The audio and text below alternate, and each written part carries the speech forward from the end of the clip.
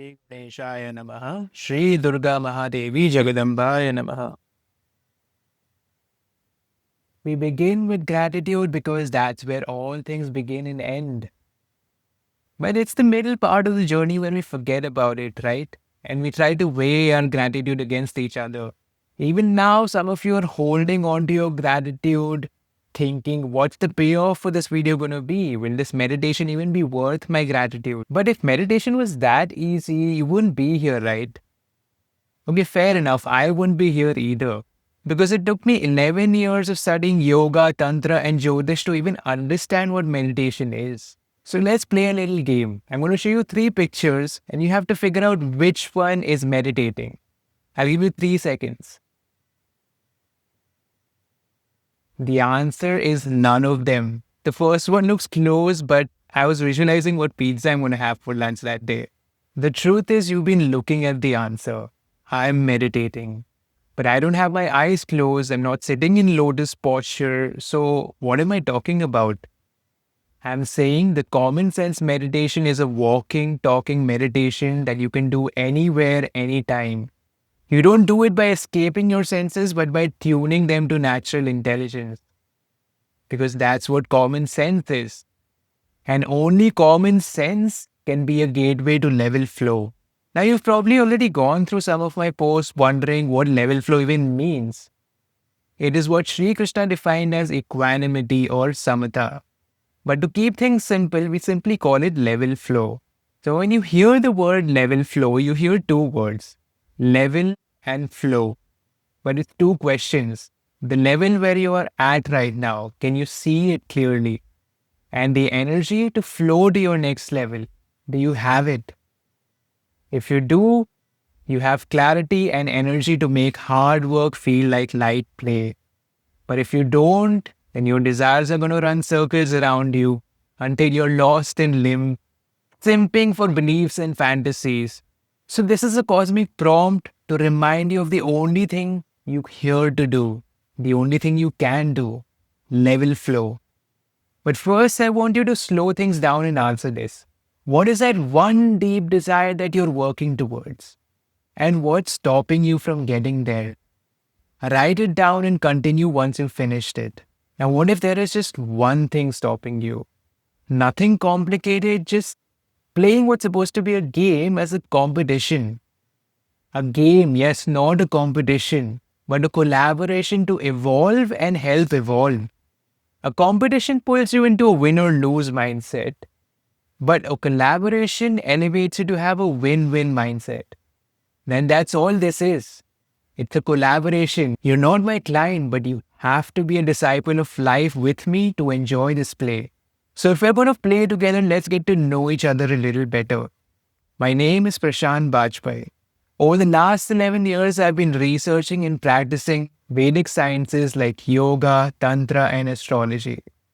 The core of my journey and methodology was built brick by some incredible gurus like Sri Prashant Trivedi ji, Sadguru, Ramana Maharishi, and Vallalar.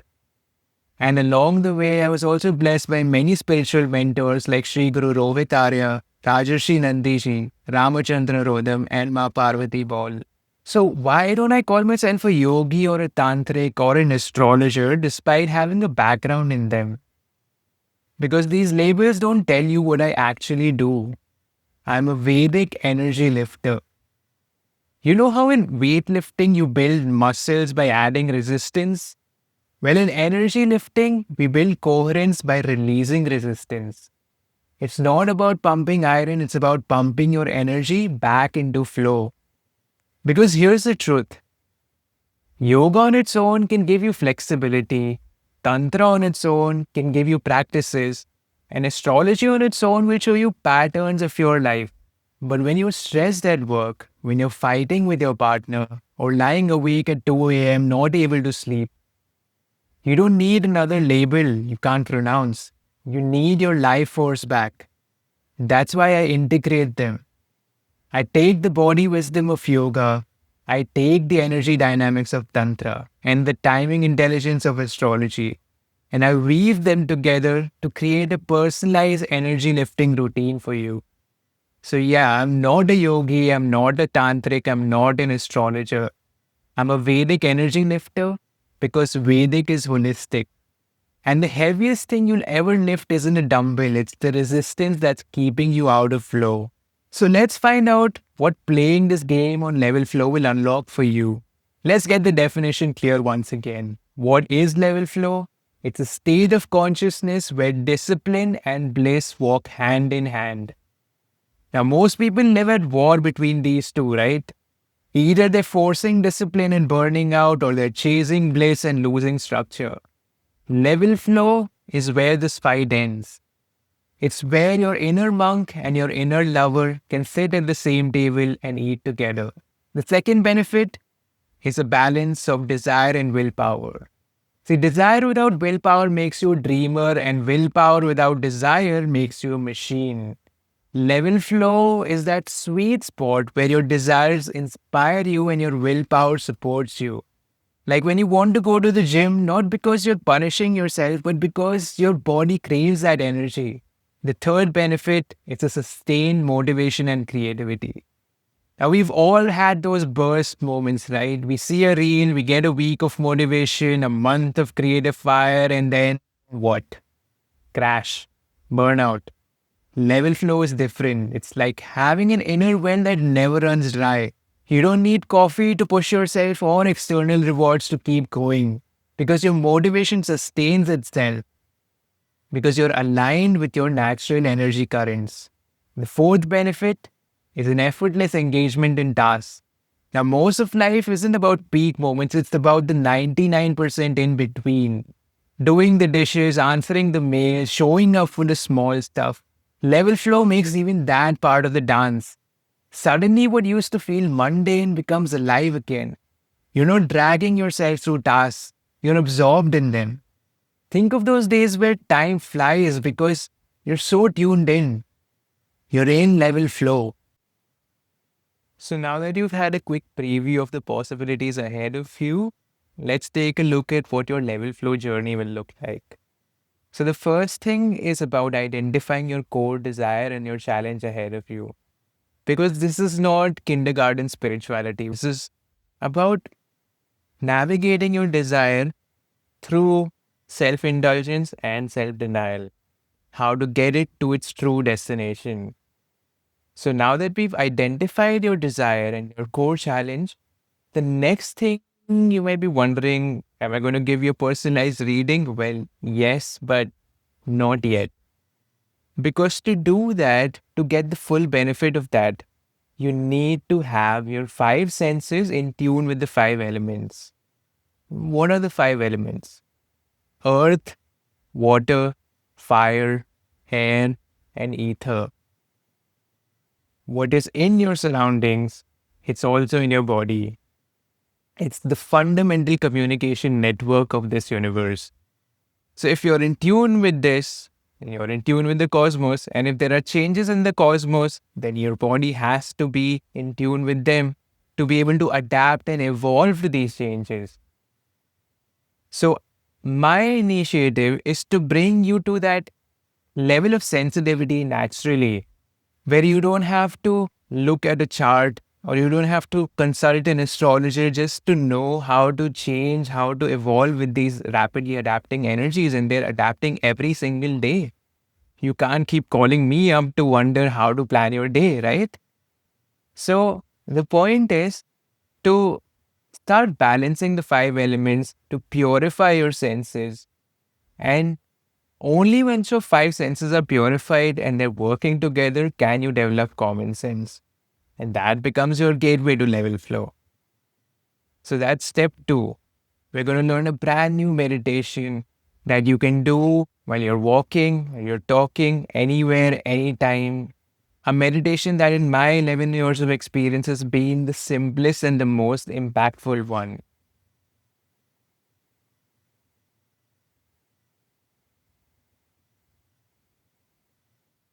Step 3 is practicing this common sense meditation for 7 days so that your body gets in tune with the 5 elements before we move on to your personalized plan. And once you've done the 7 days practice, then I'm going to look into your birth chart and go deeper into how these 5 elements are affecting each house that your planets are placed in. Now, that gives me a deeper understanding of your purpose, your prosperity, your pleasure, and your freedom. All 4 fundamental aspects that complete a human life. All 4 aspects that make you, you. But that's only possible if your body is in tune with the 5 elements. Because your chart is just a deeper breakdown of these 5 elements. They're just going to show me where your energies are concentrated, what needs balancing. But the initiative has to be made by you. And step 5 is just putting it into action and realizing that the universe had always rigged this life in your favor. That the 5 elements were always meant to work for you, not against you.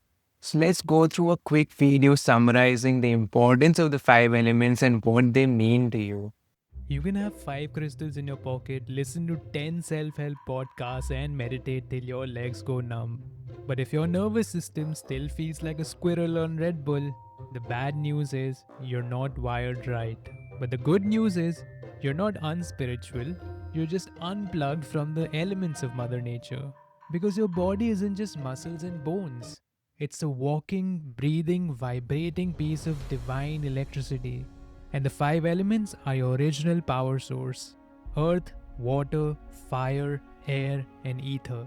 Now, if you stick with me till the end of this video, here's what you're going to walk away with.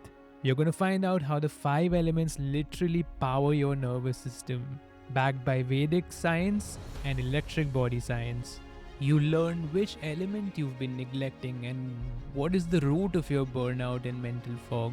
See, this isn't just another balance your chakras or awaken your kundalini in 2 minutes lecture. It's a system reboot. It's bringing voltage back to your body from the inside out.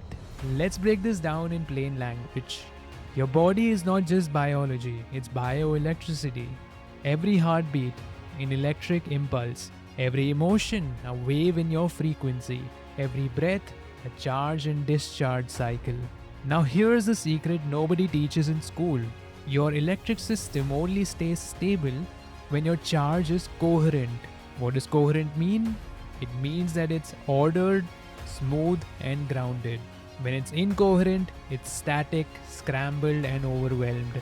And guess what determines your coherence? The 5 elements. So if you've ever felt like your nervous system's a fried Wi-Fi router, wait till you see what each element actually does. The earth grounds your voltage. Its function is discharge, elimination, stability, and detox. The earth is your grounding cable. It holds your chart steady. It's what's keeping you from blowing a fuse emotionally. The Apanavayu, the downward flow of energy, rides on the earth element. It governs your digestion, elimination, boundaries, and how you let go. No earth equal to holding on to crap, literally and emotionally. Hello constipation, anxiety, anger stuck in your gut. Want to ground your charge? Go barefoot, sit on the soil, eat root veggies. Stop trying to be a floating cloud of vibes. Get heavy, get rooted, because that's power. Water restores your signal. Its function is assimilation, emotional regulation, and processing. Water is your signal carrier. No water, no message delivery. Your emotions are not glitches, they're downloads. When you're emotionally dry, you misread signals, you get foggy, you burn out. Drinking water isn't enough.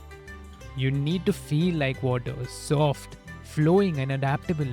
Try this: a warm saltwater foot soak or slow drinking copper vessel water every morning. It's not just hydration, it's rebooting your inner signal system. Fire charges your circuit. Its function is expression, confidence, and purpose. Fire is your inner battery. It's what makes you get up. Fire powers your voice, your vision, your self-worth. When your fire is off, you feel dull, self-doubting, scattered. Modern burnout isn't from doing too much, it's from too little inner fire. Reignite it by speaking your truth. You can do the Kapalabhati. Expose yourself to the morning sun. You don't need a caffeine hit, you just need a fire reboot. The air organizes your frequency. Its function is input, absorption, inspiration. Air is your Wi Fi. It's how you absorb inspiration, oxygen, life force. And if it's erratic, then your mind becomes chaotic. Ever felt breathless during anxiety? That's air without structure. All static and no signal. Breathe in slowly and consciously. Stretch your arms as you inhale, sync your breath with movement. That's how air goes from a breeze to a beam of coherence. The ether amplifies your align. Its function is expansion, distribution, and presence. It's not empty, it's what lets everything else exist. Without space, there's no vibration, no song, no flow. When the ether is clogged, you feel suffocated by your own life. Too many tabs open, no mental spacious consciousness. Want to tune into ether? Practice stillness. Chant. Sit in silence. Stare at the sky for 5 minutes daily. You're not lazy, you're lacking space to expand. Now let's wrap it up with a metaphor that you'll never forget. Imagine your body as an electric instrument, like an electric guitar. The earth is the wooden body, it grounds and gives form. The water is the resonance chamber, carrying the sound, the emotion. The fire is the pluck, initiating vibration. The air is the string tension, organizing tone and flow. The ether is the space between the notes, allowing the whole music to rise together. Without tuning each element, the whole instrument sounds off. And when they're all in sync, you don't just play music, you become music. You're not broken, you're just untuned. But tuning isn't a once in a while ritual, it's a moment to moment living relationship with the 5 elements. Let the earth ground you, let water move you, let fire wake you, let air guide you, and let ether expand you. Your body is an electric symphony waiting to be played, and the elements, they're your orchestra. That was just a quick reminder of how the 5 elements are so fundamental in making this body the most advanced technology on earth. It is the most advanced technology. And the thing is, when we speak about Vedic and Vedic being holistic, we have to look at what the Vedic lifestyles used to be back then to understand how they were able to produce some of the most advanced minds and the most advanced knowledge available. Because they knew how to use the body correctly and how to tune it with the 5 elements. So here are 3 essential practices that my Vedic Guru PT has recommended to everyone to keep their body effortlessly balanced.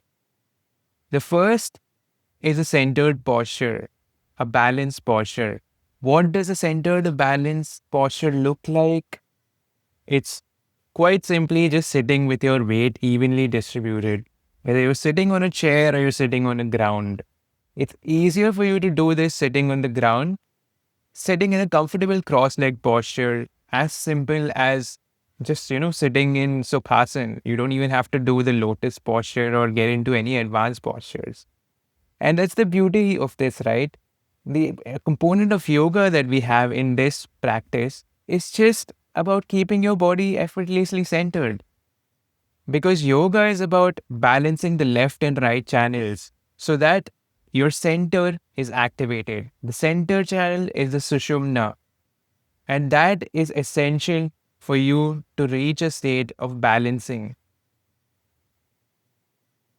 And it's only when your Sushumna is active are you able to realize your full evolutionary potential.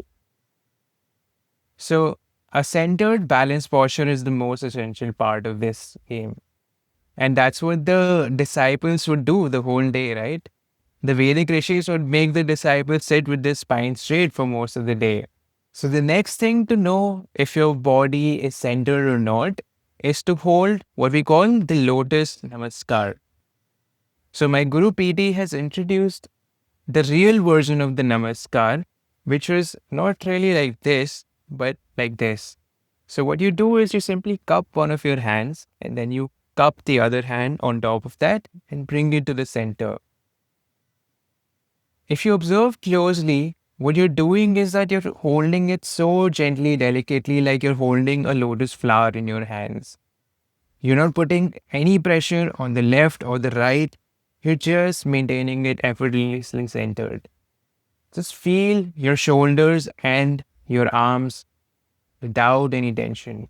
Hold it close to your chest. And the next most important breakthrough that I realized through my own practice was to center your posture by centering your gaze. That's how this becomes a walking, talking meditation with your eyes open. See, vision accounts for 80% of your sensory involvement. If your eyes are moving here and there, you know that it's a distracted mind, right? You know that when you see yourself engaging with someone, if you see their eyes wandering here and there, you know that they're not really present with you in this conversation. So, the simplest way to center your vision is to gaze at eye level. Just a relaxed gaze at eye level with your chin at level. Now, what this does is it brings your eye to its most natural resting position. Because if you observe in every other position, when you're moving your eyes around, your eye muscles are going to be engaged. And when this engagement happens, there's a slight stress that's applied. And that stress itself becomes a trigger for old memories or for another thought to occupy your mind. But when your eye is just parked in its most natural position, then your mind also starts coming to rest without you putting any effort into becoming meditative or visualizing space or getting into any complex yoga processes. What was the next thing that the Vedic rishis used to make their disciples do? It was the process of chanting. Chanting the whole day, perfecting their ucharan, perfecting their diction until they learned how to speak center. Why did I do this action? Because this is one of the ways that you can figure out whether your speech is centered or not. So my Guru PT has taught that when you speak from the center of your mouth, you will feel the air hit the center of your finger. So if you place this finger right in front of your lips in the center, when you're speaking something, you should feel the breath hit the center. It should hit this finger. It shouldn't be coming out from the left or the right side. So that itself is showing that your breath is flowing through the central channel. You should feel your voice coming from the diaphragm, moving through the center, exiting your mouth in a straight direction. So if that's not happening for you right now, don't worry about that. There's a simple practice of making the ah sound. How do we do that? We simply hold the lotus namaskar like this. We tilt our head up 30 degrees, open your jaw wide, and then make the ah sound. So it looks something like this. Ah.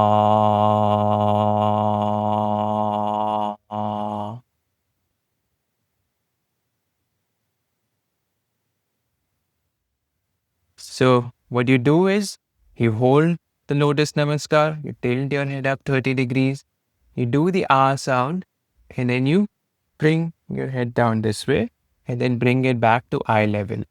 So that is one cycle. Now you can repeat this cycle 7 times, and by the end of it, you'll realize that your breath is also coming to the center, which means your speech will also be centered. And what I have realized in my personal practices is that when I used to focus only on the breath, that kind of used to take me out of the moment. When you're in a conversation with someone, when you're engaging in an activity, you can't just retreat into your breath and try to become mindful of that, because that's going to occupy an internal space. But we're here in a shared space, right? Where there's constant information coming in, there's constant information coming out. So how can we stay centered with that? And that is through this beautiful tool of speech. Because speech is one of the only activities that will balance the 5 pranas, the 5 vayus, the 5 airs within you at the same time. This is what essentially separates us from the animal kingdom, this tool of speech. How many words, how many tonalities, how many dictions this human voice is capable of. That's what gives us an edge in communication. That's what allows us to use mantras. And the third most important thing that he recommends is having the right diet. So, this is about having food that causes minimum friction with your environment. And your body is part of that environment, isn't it? Food should be the kind that is simple in memory, that is easy to break down, which is quite simply vegetarian food. Because the kind of food that we're eating outside, which is exposed to violence and that's exposed to complex memories, that becomes harder for your body to break down. And when you're trying to reach a balanced state, you don't want to be putting in extra effort in your body, right? Because there's already so many inputs that you have to be on top of. When you say that you want to get in charge of your destiny and you want to have more flexibility in terms of navigating your personal birth chart, don't you think that interfering directly with someone else's birth chart, the birth chart of those animals that you're taking the life of, that's going to be a problem? Of course it will. There's going to be a bigger karmic price. It'll cause more entanglements. So the easier thing to do is simply stick to simple foods like vegetarian foods. What does that include? Just a simple balance of veggies, fruits, legumes, grains, pulses, seeds, and healthy dairy products. Now, moving on to the common sense meditation. Now, this 10-minute practice is a game changer. This is a simple way to balance the 5 elements and bring your body to the center. So, how do we start this process? What you do is you take a cup of water or a glass of water or a water bottle. So, step one is paying gratitude to the earth element. What you do is you go outdoors barefoot. Wherever there is green grass available, you hold Lotus Namaskar in front of the plant or a tree. Feel yourself grounded. The earth is your root. Gratitude here increases stability and removes anxiety. Barefoot grounding will regulate your nervous system voltage. It will reset your internal rhythm to the earth's natural resonance. Step 2 is paying gratitude to the water element. Now, offer the water that you've carried in a steady stream to the plant or tree. Feel your fluid body soften. Water governs emotion and flow. This is a symbolic detox. Hydration brings cellular communication. So this creates a giving circuit where you're not just taking from nature, but you're replenishing her, just the way the water element is constantly replenishing you. Step 3 is paying gratitude to the fire element. You do this by gazing at the early morning or the evening sun. And what you do is you step out at a time which is, say, 1 hour after sunrise and 1 hour before sunset. That's the only time where it's healthy to sun gaze. You should avoid sun gazing when the sun is harsh because that can easily damage your sight. And you can only sun gaze starting with, like, say, 10 seconds.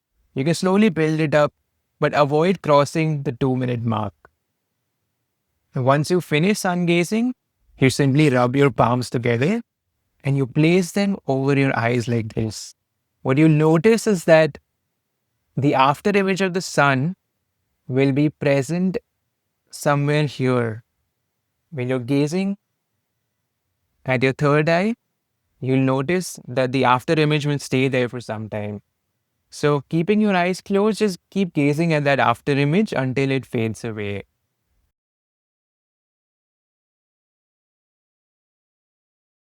Now, fire is your Agni, it's your digestion, your vision. The sunlight will reset your circadian rhythm and enhance your mitochondrial function. It's igniting your clarity and purpose effortlessly. And why do we do this practice, particularly at the sunrise and sunset time, is because that is the only time where nature itself is helping you balance the left and right channels. Both the solar and the lunar energies are in a perfect state of balance during this transitional phase, which we call the Sandhya Kal. Moving on to paying gratitude to the air element. Now, this is where we do the speech practice. We tilt our head up 30 degrees and do the ah practice 7 times. Visualize breathing in from the end of the horizon and visualize breathing out all the way to the end of the horizon. This is bringing a certain state of expansiveness within you. Air is prana and prana is life force. Vibrational breath tones your vagus nerve and brings calm focus. Your sound is what amplifies your coherence across your field. Moving on to the final practice of paying gratitude to the ether element. Once you've done all these practices, just gaze at the horizon with soft eyes. Just gazing at eye level in a comfortable centered posture. You'll notice that the horizon will always be at eye level with you. So if you have access to a place that has a clear view of the sea or the fields or mountains in front of you, you will effortlessly be able to connect with the horizon. But if you don't have access to that, that's okay too. As long as you're gazing at something natural with your eyes centered at eye level. Ether is the space. Ether is space and surrender. This reattunes you to your natural stillness and receptivity. It's where thoughts end and intuition begins. So when you're doing this meditation, just make sure that you do 2 minutes for each element at the minimum. A single meditation can be powerful, but it's consistency that rewires you. That's why I want you to commit. Commit really to a 7-day practice. 7 days of showing up for your energy. 7 days of giving your nervous system a new sense of balance. And here's where it gets beautiful. I don't want this just to be a private discipline. I want you to make it a blissipline, a celebration. Every day of your 7-day journey, just share one line of gratitude for the elements and Mother Nature. Post it on your stories or your feed. Tag me and use the hashtag #MakeCommonSenseCommon again. Not because social media needs more noise, but the world needs more remembrance about how beautiful natural intelligence is. And that's the only way I can track your journey and cheer you on. Imagine what happens when thousands of us flood the grid with gratitude for the elements. That's real energy currency. But level 1 is just the beginning. Level 2 of level flow is where we go into your personalized blueprint, your unique mix of elements, your chart, your body's rhythms. This is not just generic advice, it's understanding what lifts your energy without burnout. That's when flow stops being an event and it turns into a lifestyle. That's what you're here to do. And there's one more piece that makes this path sacred. Before you begin, dedicate it, either by offering to a gaushala or by personally feeding a cow. Because when you honor the source of nourishment, you multiply the nourishment flowing into your own life. This is our win-win way. Lifting your energy while uplifting life itself. So here's your path forward. Commit to the 7-day Blissipline. Share your daily gratitude line with the hashtag #MakeCommonSenseCommon again so we can rise together. Step into level 2 when you're ready for your personalized energy map after finishing the 7-day practice. And finally, dedicate your practice so your growth becomes a gift to the whole field of life. That is level flow. That is energy lifted with purpose, and that is where true love, peace, and abundance begin. We started with gratitude and we end with gratitude again. Shiv Narayan.